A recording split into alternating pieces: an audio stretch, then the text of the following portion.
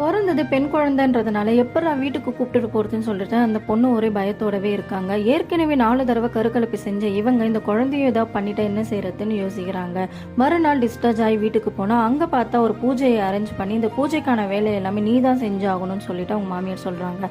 பூஜைக்கான வேலை எல்லாமே செஞ்சுட்டு இருக்கும்போது குழந்தை பாலுக்காக அழுவுது. போய் தூக்கலான்னு போனா வேலையை பாருன்னு சொல்லிட்டு அவங்க மாமியார் கத்துறாங்க.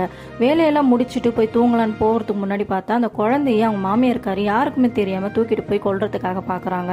குழந்தையோட சத்தத்தை கேட்டுட்டு அவங்க அம்மா ஓடி போய் அந்த குழந்தைய எப்படியோ காப்பாத்திடுறாங்க. காப்பாத்தி ஹாஸ்பிட்டல் இட்டுட்டு போய் ஃபர்ஸ்ட் எய்ட் கொடுக்கும்போது அந்த டாக்டர் அந்த பொண்ணுக்கு அட்வைஸ் பண்றாங்க.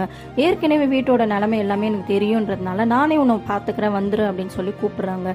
இதெல்லாம் சரியா இருக்காது அப்படின்னு சொல்லிட்டு அந்த பொண்ணு மறுபடியும் அவங்க வீட்டுக்கே போயிடுறா. நைட்டு சாப்பிட்டு இருக்கும்போது அந்த பொண்ணோட ஹஸ்பண்ட் அவங்க அப்பா அம்மா கிட்ட நான் இந்த பொண்ணை டிவோர்ஸ் பண்ண போறேன், இந்த பொண்ணால ஒரு ஆம்பளை பிள்ளையை பெத்து கொடுக்க முடியாது, இனிமே இவ இருக்கிறதுனால என்ன பிரயோஜனம் அப்படின்னு சொல்லி கேட்கறான். இதை கேட்டதுமே அந்த பொண்ணுக்கு கோவம் வந்துட்டு அவங்க ஹஸ்பண்ட் நீலாம் ஒரு ஆம்பளையா, உங்க அம்மா அந்த குழந்தைய கொல்லணும்னு பாக்குறாங்க, நீ என்ன வேற கல்யாணம் பண்ணணும்னு சொல்ற, வேற கல்யாணம் பண்ணி வந்தா மட்டும் ஆம்பளை குழந்தைதான் பிறக்கும்னு எப்படி சொல்லுவேன், அதுவும் பொன் குழந்தையா இருந்தா என்ன பண்ணுவேன்னு சொல்லி கேட்கறா.